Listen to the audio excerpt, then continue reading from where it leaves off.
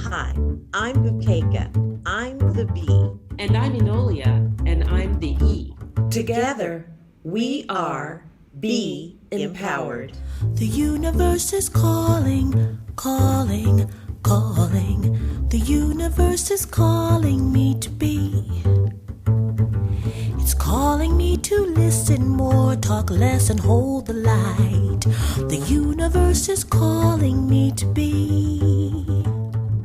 We believe that deep in our souls, we hold conversations, but for whatever reasons, we do not always take the opportunity to speak from our hearts. We want you to imagine that you're sitting right here with us now, sipping a cup of tea or coffee at our dining room table, and we're having that conversation.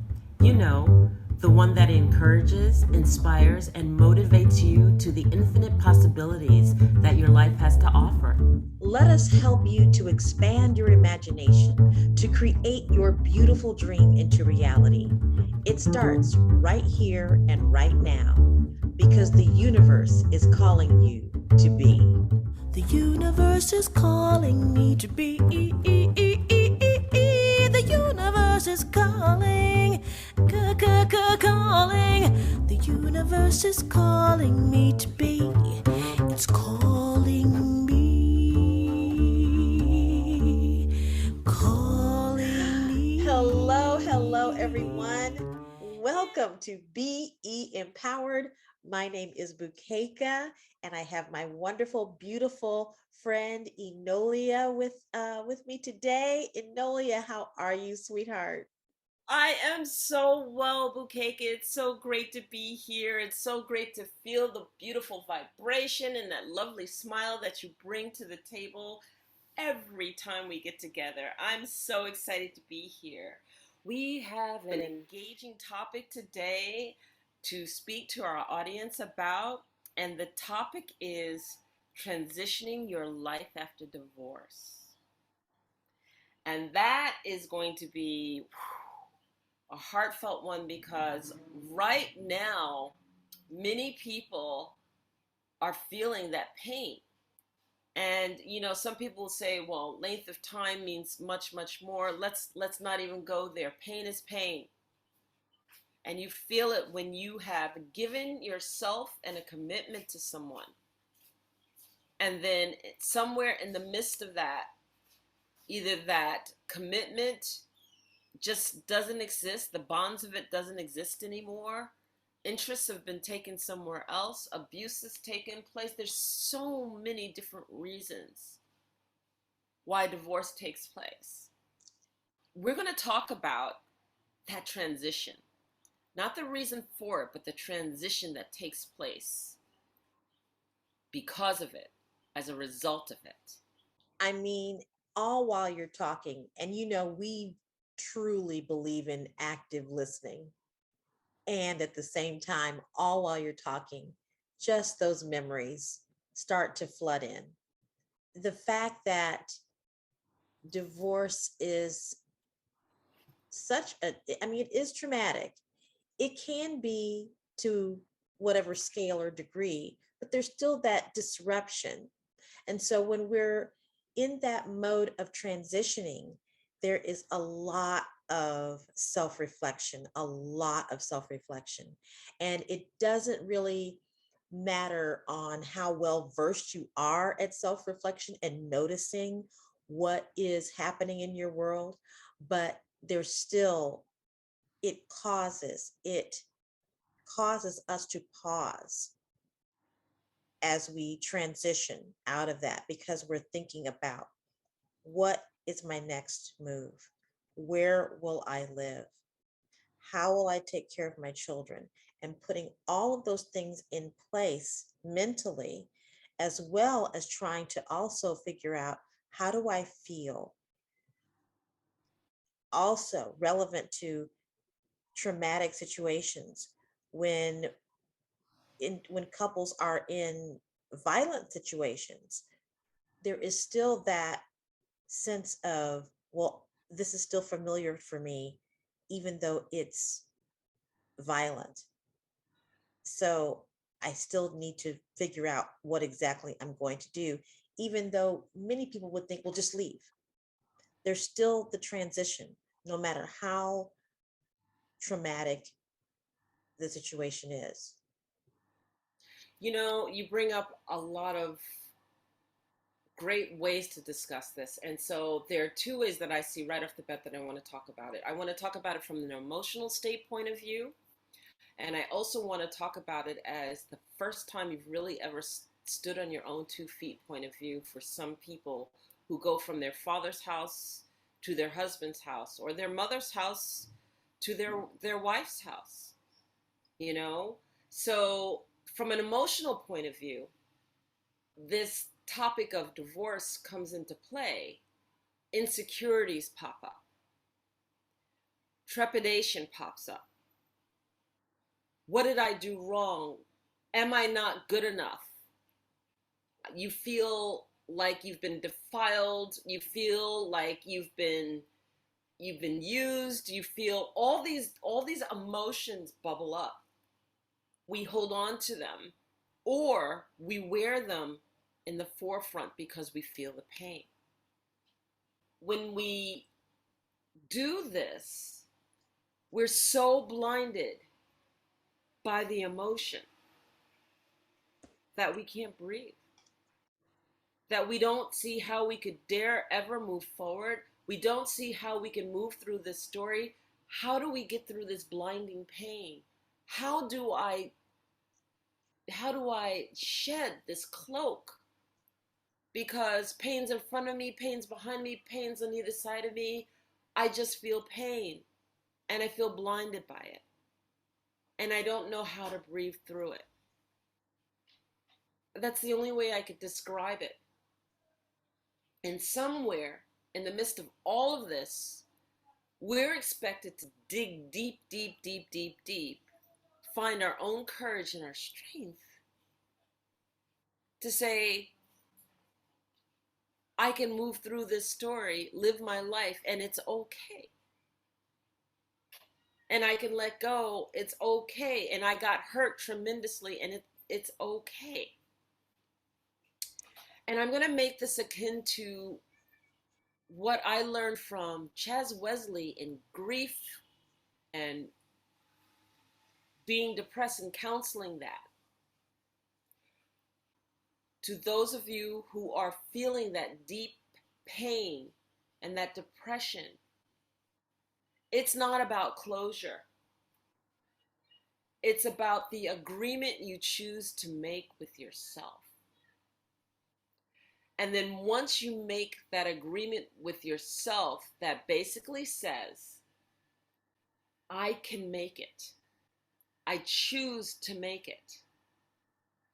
I choose to step forward, even if they're baby steps. I choose to be able to step forward, whatever stepping forward looks like. I made an agreement with myself that I will no longer be stuck in the pain. I won't stay here in the pain. That's convenient. That's easiest. The challenge is to find that strength in the pain and move. Just move anywhere. Move and function with the pain until you can move through it, move past it in agreement with yourself, and change the story.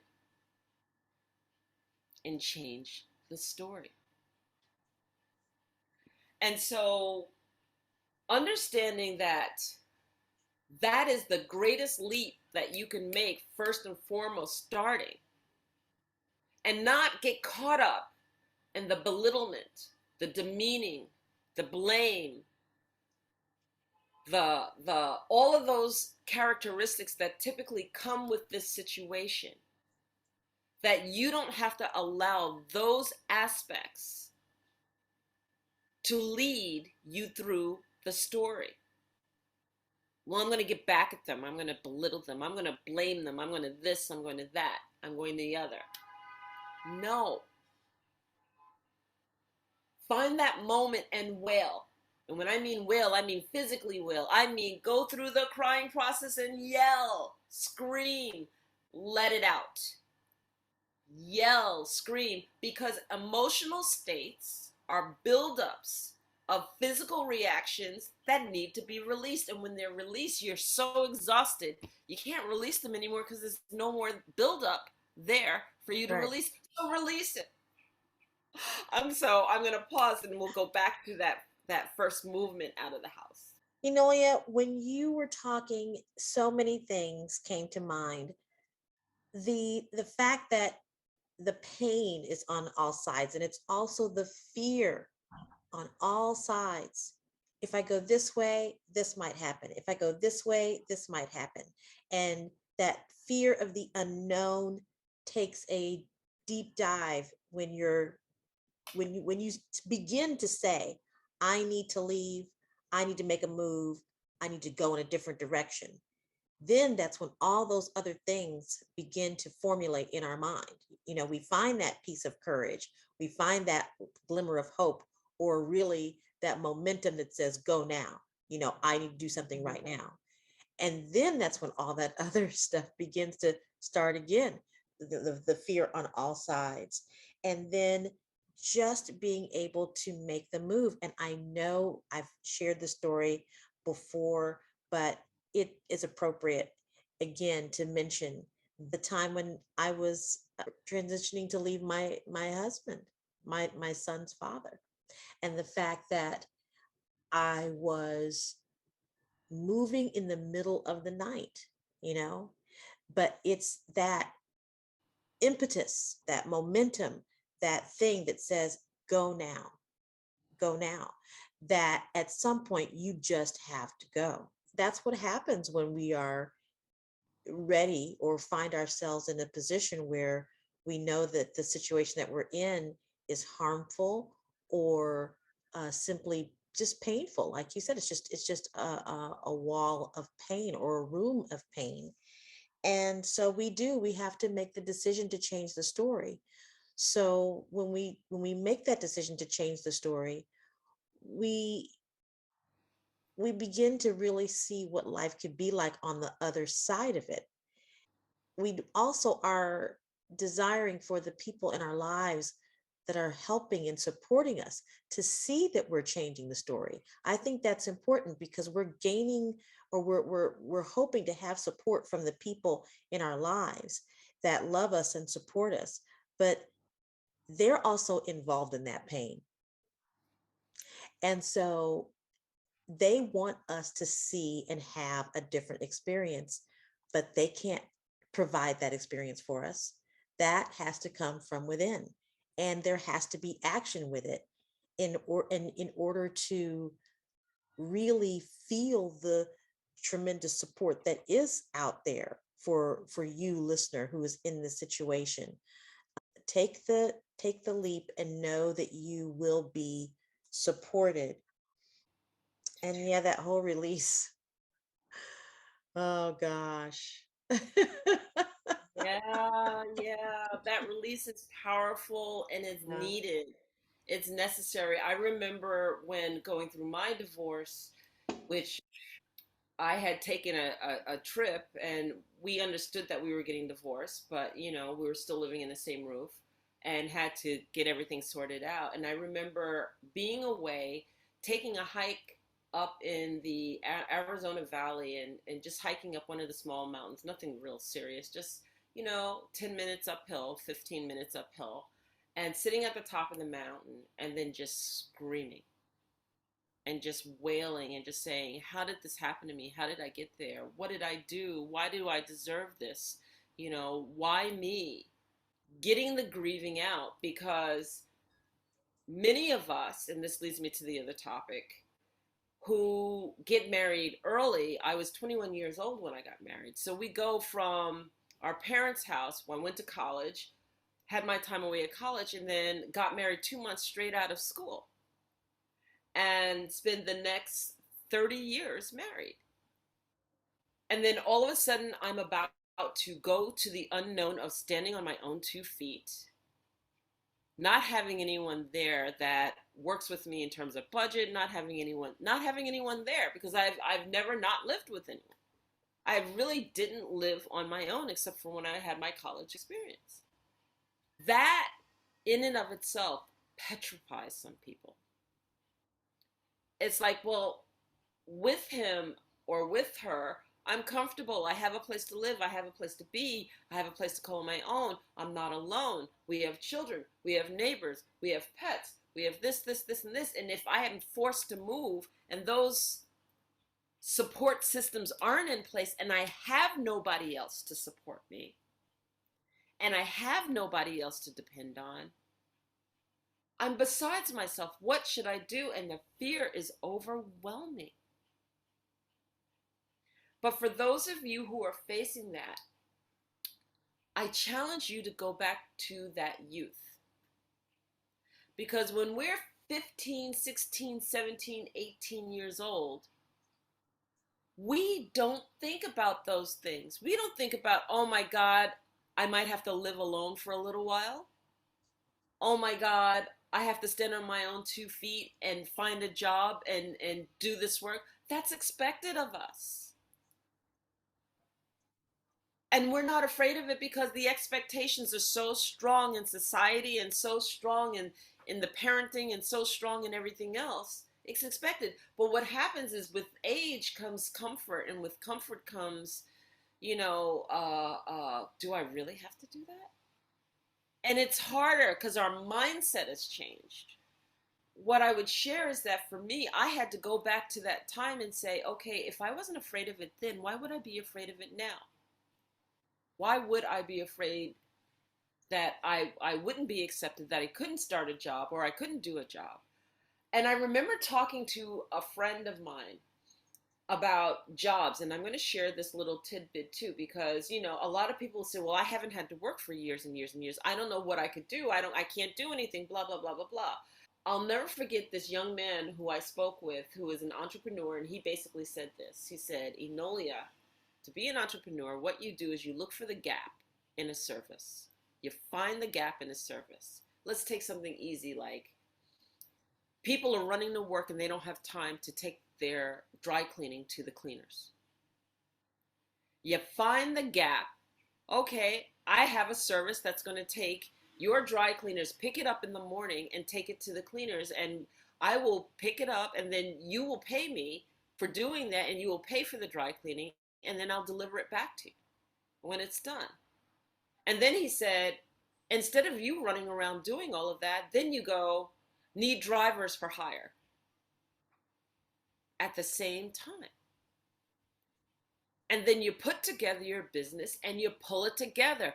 We've got to start thinking innovatively. Stop dwelling in fear and create the momentum of how you're going to stand on your own 2 feet and transition and make this happen. And if you only see fear on the other side of standing on your own 2 feet, go back to your youth. Go back to the time when you were fearless, because you hadn't experienced that kind of, some of us.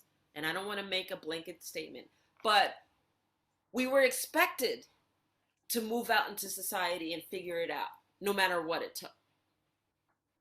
Go back to that and know that that has never left you. That's still inside you.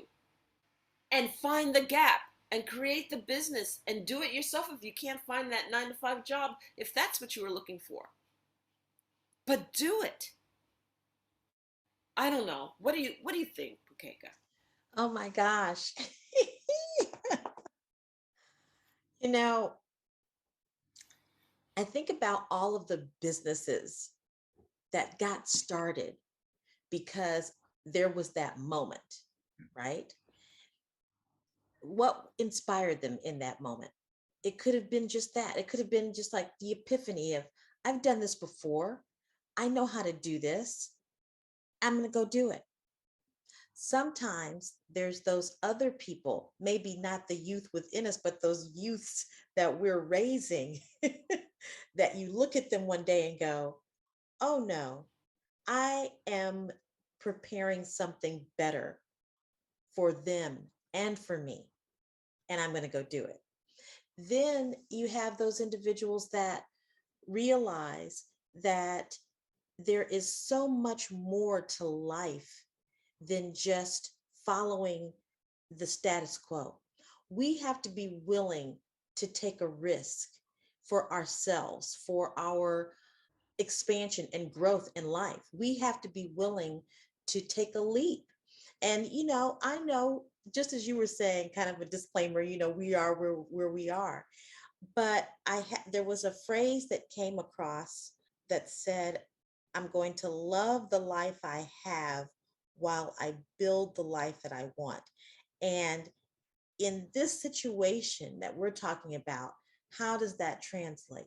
Well, it translates, I'm going to love myself. I'm going to love myself to the greatest degree that I have right now, despite my circumstances, while I'm building, while I'm transitioning to getting that which I desire most for my life and for anybody else that is impacted by my life.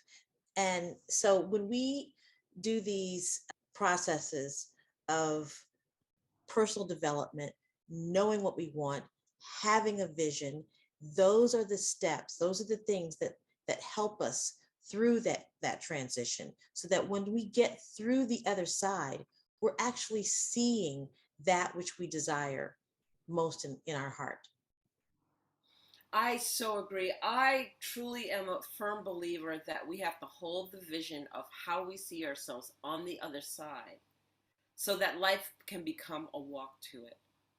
I hold that so near and dear to myself. I can't even begin to say it. I remember going through my transition, and I went from New York, living in New York my whole life. My whole life. I lived downstate when I was born and raised.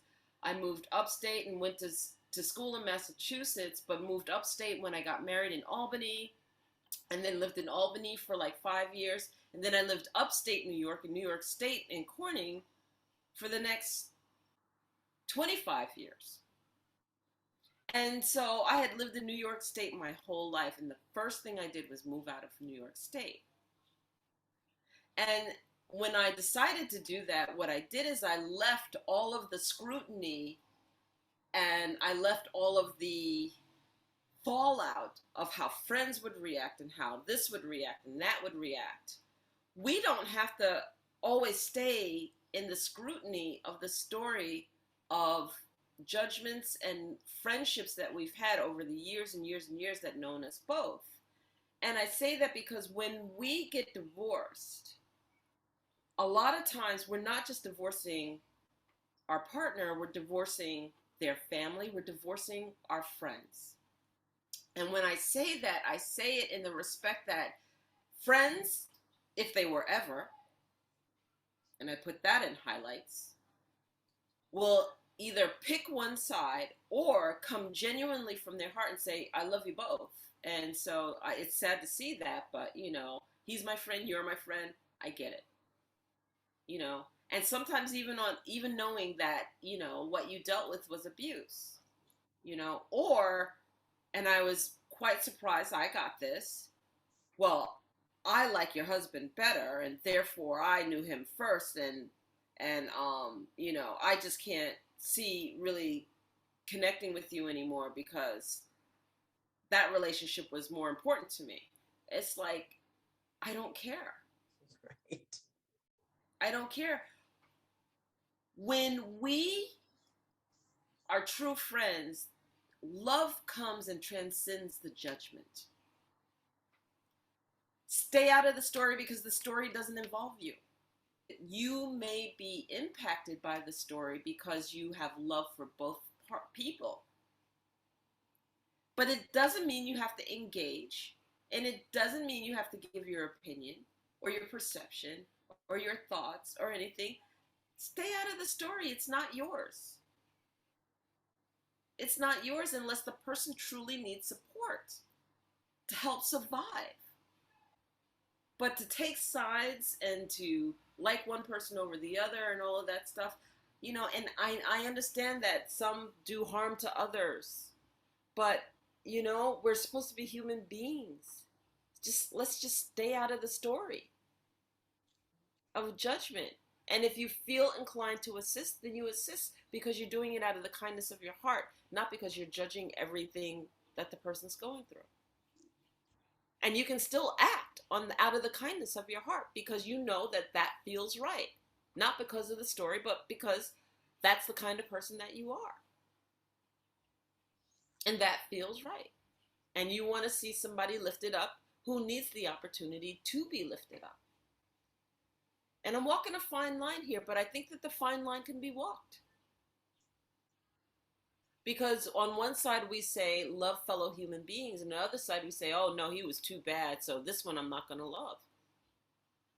We got to be able to reconcile that. That is very true. Again, as you're speaking, so many things are coming to mind.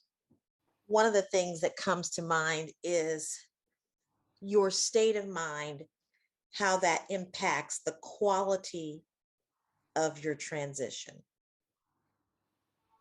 If we've made up our mind, we're leaving, we're moving out, or they're moving out, or whatever. If you're holding on to those types of judgments and feelings of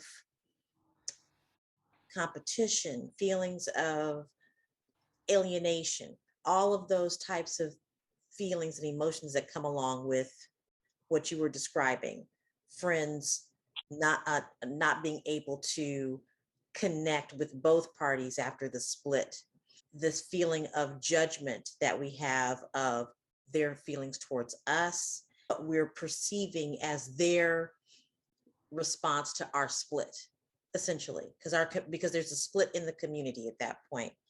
And so what I think happens is that, as you were describing, holding on to those judgments is going to impact the quality of life after our transition. We can go into it, we can make that move and then go into another space of pain and another space of rejection, and kind of create our own pain outside of the split. And then we also have this ability to attack others if they don't align with us. So if that's the space that you're in, it's not going to bring you the quality of life that you want after you've made that decision. One of the things I thought about when you were talking, Enolia, is, we had ours a few decades ago. And I especially want to speak to the young person who is, you know, in her late 20s, or maybe early 30s, maybe is really unsure of what the next step should be. And to know that you're going to be okay. You're going to have that moment where you make the transition and you set up your life and you find ways to create income and commerce, and you're able to take care of yourself in a way that is accustomed to what you have in mind for your life and for your children's life. If that's the case, you will get through it. And so many times, Enolia, we have exercises where we share with others, what would you say to your younger self, right? We say that to our, um, sometimes our clients, or who we're coaching, or those that are in the audience. And what would you say, Enolia, to that younger self when you are as who you are now, and the person that you were then? I guess I would say to that younger self, I would give her love. I would give her a hug and say, you can do this. And that's the first ping of courage and strength that I had to look at myself and know that I could trust myself to move through this story. I could do it. And that's what I did. I could do this. I'm capable of doing this. The second thing that I would share with that person is that I'm not supposed to be here, so divine alignment is going to move me through this story. So, what is it that I want? And I always say it like this: dream a beautiful dream or you will be dreamt. If you don't hold a vision of where you're supposed to be and what you want, how do you know where you're moving to? If you want a better life, what does that better life look like? If you want a better job, what does that better job look like? If you want a better household for you and your children, what does that look like? Hold that vision for yourself. Create that vision for yourself. I don't care if you get magazines, pictures, and tape it on the wall in a collage to say, this is what I'm going to have. This is my secret dream. Hold the vision for yourself, because when you hold a vision for yourself, then your life starts becoming a walk towards that vision. You have a goal. You have a purpose. I got to get here. If you're just looking around going, oh, what do I do? Where do I go? That's the stagnant position. That's stuck in the story. That's like, I don't see the exit way out. And by the way, there's no reason for me to take the exit to go on the other side, because I'm not holding anything to say I need to get through the exit to get here. So for those young people, hold that vision for yourself. Not your mother's vision, not your father's vision, not your auntie's vision, not your friend's vision. Your vision. Because you are living this life. Nobody else is living this life but you. Everybody wants to give advice, but you're holding it. And then the third thing I would do is I would start doing the activities that are in alignment to potentially get me to that vision. Saving a little money because I don't get much. Saving, the opportunity to do X, Y, and Z so that I have my stuff prepped. Selling the stuff that I don't need. Letting go of the extra baggage. Let go of the materialistic stuff. You can always get more stuff. I would rather sleep on an airbed mattress and have my life intact than worried about I'm not going to have my beautiful couch and my beautiful this and my beautiful that. Because you know what? I will own that airbed mattress. Not somebody else. And then I would find the multiple exits. You ever walk in a place and they say, in case of fire, please note the exits. When you're traveling on a plane, when you're on the bus, note the exits.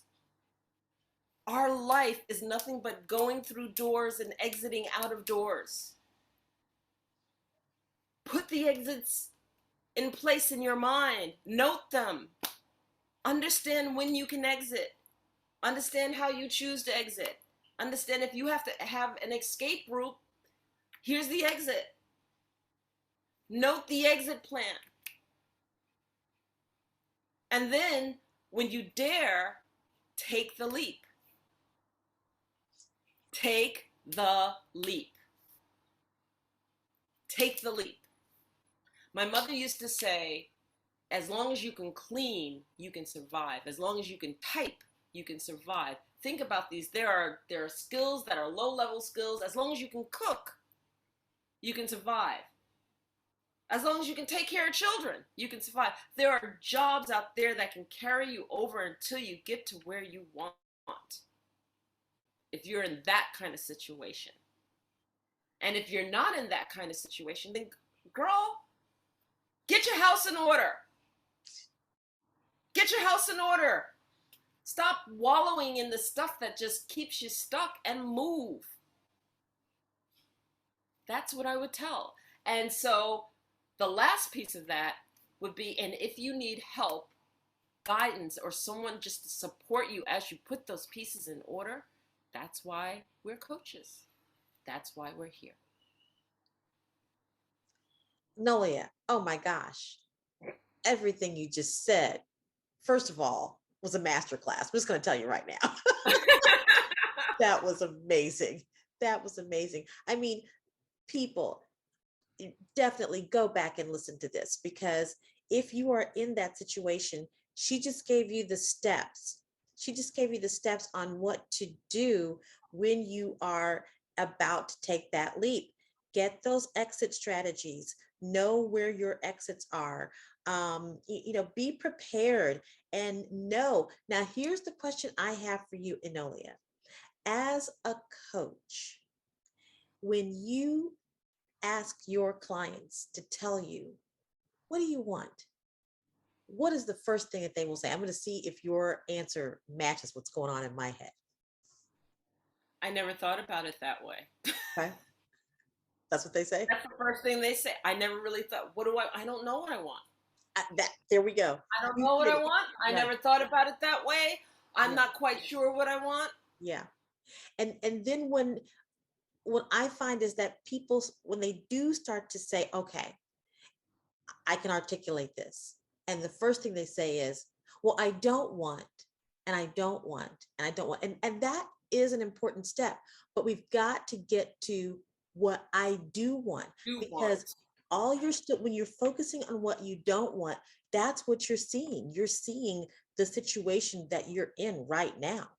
Until you start to focus on what you do want, you're still looking at what is there as opposed to what can be.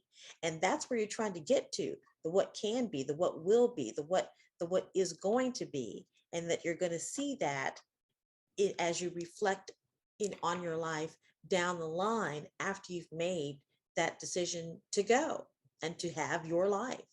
So, but I yeah, would add one more thing too, Bukeka, because yeah, now that I'm listening to this or reflecting over what we just said, there's one more thing that I would add. And that thing that I would add is stop letting your emotions lead the way. Your emotional state is not the state of mind to be in to lead the way. You have to move past the emotion and you have to look at life like you're observing a character in a movie so that you can move, because your emotion can put you in jeopardy. Your emotional state can put you in harm's way. You can't think straight through emotion. That's why it's called emotion. yeah, So I would also ensure that my emotional state isn't leading the way, that I've gotten to a point in space and time that I transcend my emotion to perceiving myself on the other side, to perceiving myself exiting safely, to perceiving myself moving through the story, and not allow the emotion to keep me in a steady state of blindness. right. Yeah. I mean, the emotional aspect of our beingness, it's really just a signal. It's Mm-hmm. really just something to say, notice, not to dwell in, or and and even if you do find a spot where you're in it for a while, you still need to be that observer that says, okay, this has been in my state, or this has been my state of mind for the last 3 days. I need to get some help.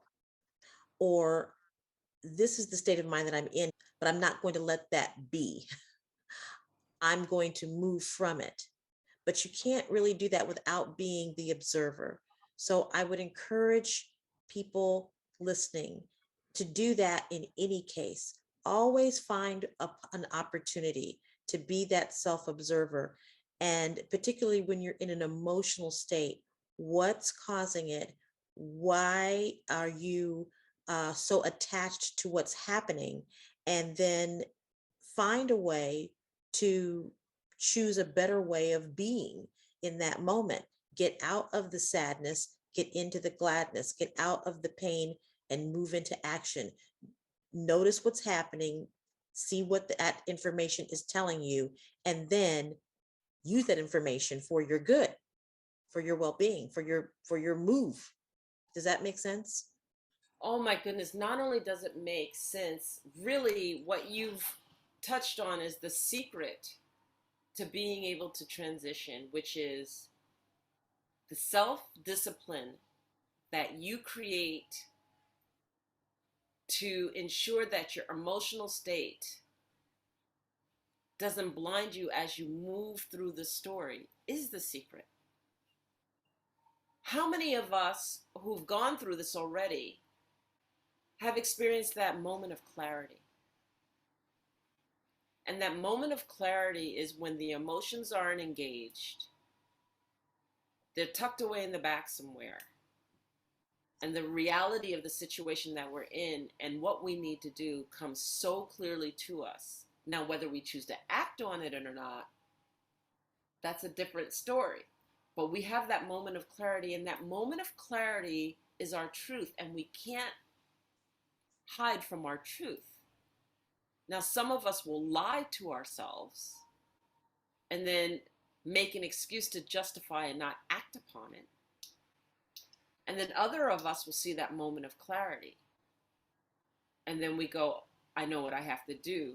And we just align and we do it. Right. And so that's the secret, is when you have that moment of clarity. Our parents used to call it that come to Jesus moment. Yes, they did. They used to call it the come to Jesus moment because there's no denying, you know what you're supposed to do. And you run to your friend and your friend offers a different perspective and it's like, oh, I'll try that for a little while. But you knew good and well what you were supposed to do before you deviated and used an excuse and used a justification to do something different and ignore it. So they don't use that saying anymore. So I'll just call it what it is, a moment of clarity. Yeah. And you know what you're supposed to do. And, you know, it's funny because I work with a lot of women who are transitioning through divorce in my coaching. And the other key to this is that we only see the way that society teaches us to think, see, taste, touch, feel, smell on this note. And it doesn't have to go in that way. The state of mind that we choose to be in doesn't have to be. If it's such an emotional state that you can't think clearly and can't see clearly, all of those things, we react based on how society teaches us. Well, what are you going to teach yourself? It's like stepping out and learning a skill. You might be afraid at first, but once you master that skill, you go, oh, this was easy. I just had to learn. How patient are you to learn from yourself? How patient are you to challenge yourself and come at something a different way? How patient are you to open your mind from the self-limiting beliefs and realize that you're much more powerful than you've chosen to see or acknowledge to deal with the situation in hand? It all comes back down to us. Yeah, it does. It does. And, you know, what you say is so powerful.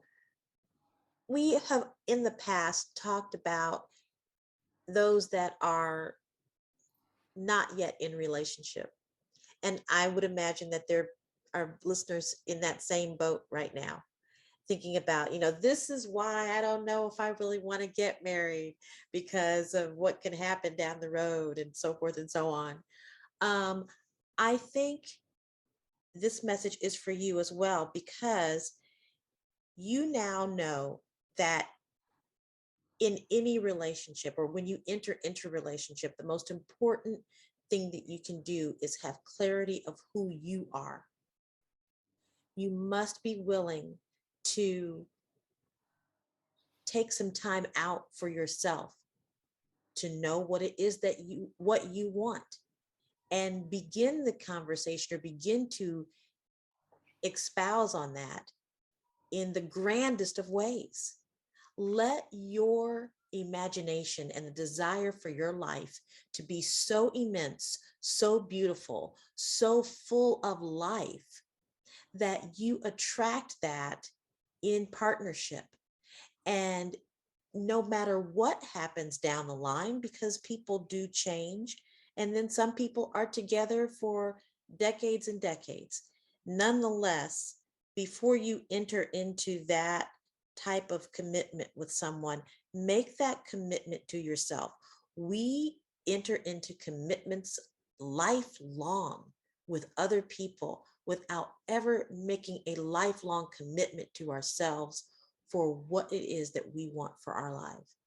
And I remember, Enolia, I remember you saying something about in a previous episode of you knew what you wanted and you wrote those things down. And that Yes, person who engaged in relationship with you was very clear about what you had in terms of expectations for your life. And you have that. That person's not there, but they were clear with you in the very beginning. And so I encourage listeners who are not yet married and are maybe in fear of in trepidation of getting married because you hear that the divorce rate is this or that or whatever, just know what it is that you want for your life and allow that to bring you joy, bring you happiness, and that will translate into your relationship and hopefully have a greater um, experience in that situation. And if not, you're still whole because you started out knowing what you wanted and you let that other person know what it is that you wanted. And you can begin that in partnership. yeah. And I'm sitting here thinking about for those people who enter into marriage, especially the young people who enter into marriage, you know, when we are dating, we're on our best behaviors. After you get married, those behaviors go, well, I'm going to take this a little bit different place than where you think I'm going to take it.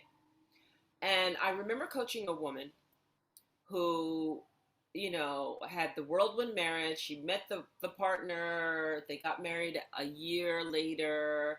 She saw some things that she didn't like, but she was like, no, it's going to be okay. I'm going to go ahead and do this. I'm just going to, she settled.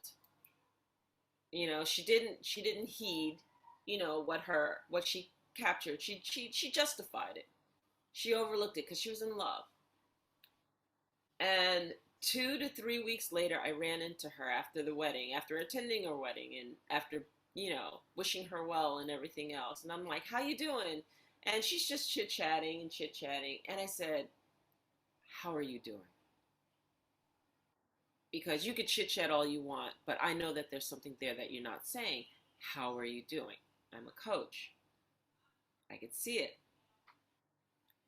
And she said, if you ever tell anyone this, I'll deny it. And I'm like, don't ever worry about it.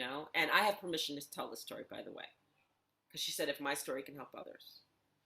But what happened is that she found out 3 weeks after getting married that he had no intention of working. He was about to run through her money. She could see the writing on the wall. He was using her and had refused to work, etc., etc., etc.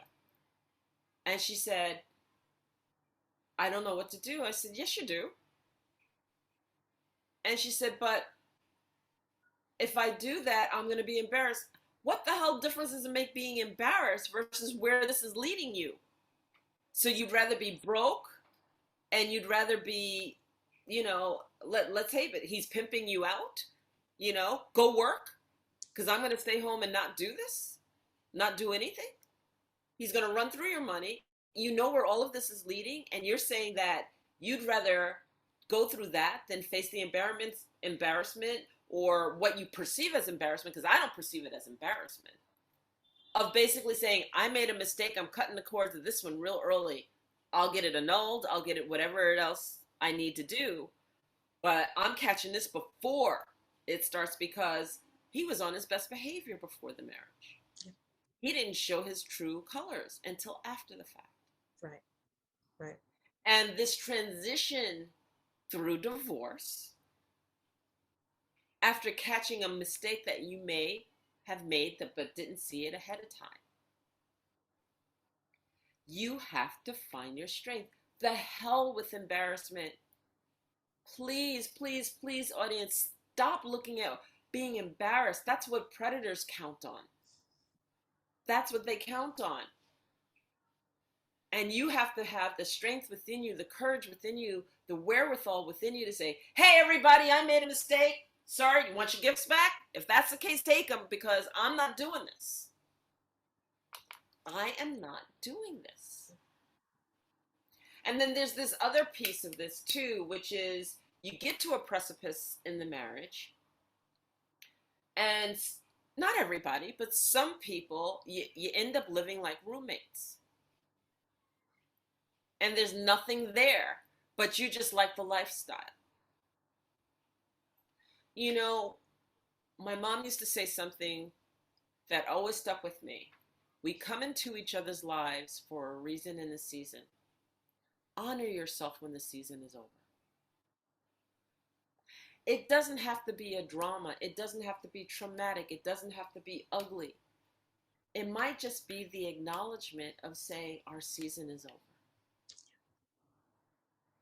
And if you're mature enough to just sit down and say, you deserve happiness, I deserve happiness, we're not happy with each other, go be with someone you can be happy with, so I can, and I can go be with someone I can be happy with, and let's just acknowledge and honor the fact that we've run a course. And there's no more happiness here. And I know that this may be controversial for some people, but each person's truth may not necessarily be your truth. This is a truth that exists. And some people aren't willing to spend the next 30 to 40 years of their life at the age of 50 or at the age of 40. Or I knew one young lady at the age of 30 who was living like roommates with her husband for like 6 or 7 years because she had so many kids ahead of time. Having him so early in the relationship, and he just was non-existent in terms of he didn't want to go near her. And so if it's run its course, honor it. Don't be angry. Don't go. I mean, emotional states are something that we choose. How you look at something is something that we choose. But just be honest with yourself if that's not where you want to be. And again, look at the exit plan, exit strategy, and honor yourself. Well, I think we're on one of those topics, Enolia, where we could have volume 1, volume 2, volume 3. I really do, because it's so important. And, the fact that both you and I have been in those situations, and again, can be a testament that you can make that transition, make that move, and create a life that you deserve. It is possible. So don't think that it's not, because it absolutely is.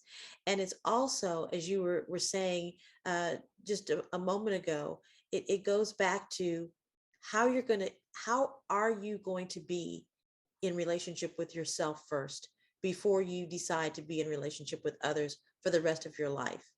And what is it that you want for your life, and allow yourself to have it. Just allow yourself to have it, and know that you have the ability to have an extraordinary life. And, I want us to share those last tips with the studio audience. What you said is so invaluable. Don't settle. Yeah.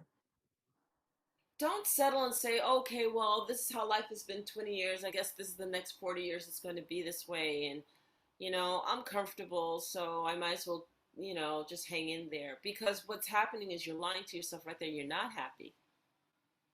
You really, really want something better, but you're settling because the stuff around you makes you more comfortable, and it's too much work to start all over. Right.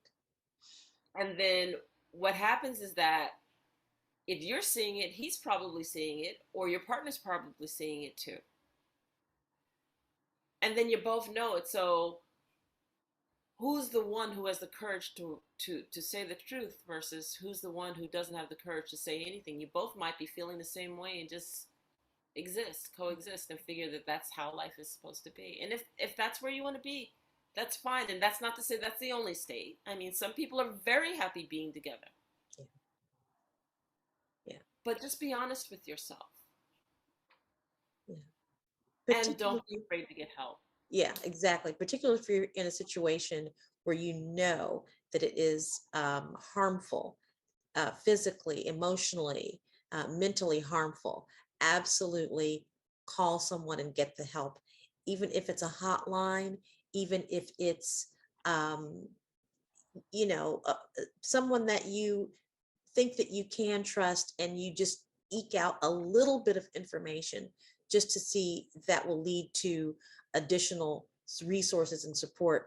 Because I know that sometimes when you're in that situation, you find yourself not trusting people or knowing who to trust, particularly if it's in a very a tumultuous situation. So anyway, yes, this has been amazing. And I believe and know at the bottom of my heart that this is going to help a lot of people, both men and women, on Yes. dealing with this very important topic. So we thank you very much for listening today. Any closing comments from you, Enolia? I would just say honor yourself and honor the person who has been your partner and stand in your truth because marriage is not about consuming one another. In other words, you have to do and be everything that I ask because I'm your partner. And the reverse being true. No, it's about walking side by side one another. It's about honoring one another. It's about giving the partner the freedom of movement and ability to grow while you're walking next to them. Mm-hmm. It's about learning from one another, sharing that wisdom, raising those children, sharing the values, the best of them, not imposing them. It's about meeting each other halfway, communicating with one another, Yeah. and allowing each other to grow in the way that we need to, because just as much as you let the other person grow, you need to grow. Yeah, exactly. And the reverse is true too. So there's a difference between walking side by side with one another in a marriage versus you have to be my everything, the way I say it has to be, the way it looks like for either of you. That's not a marriage. That's called slavery.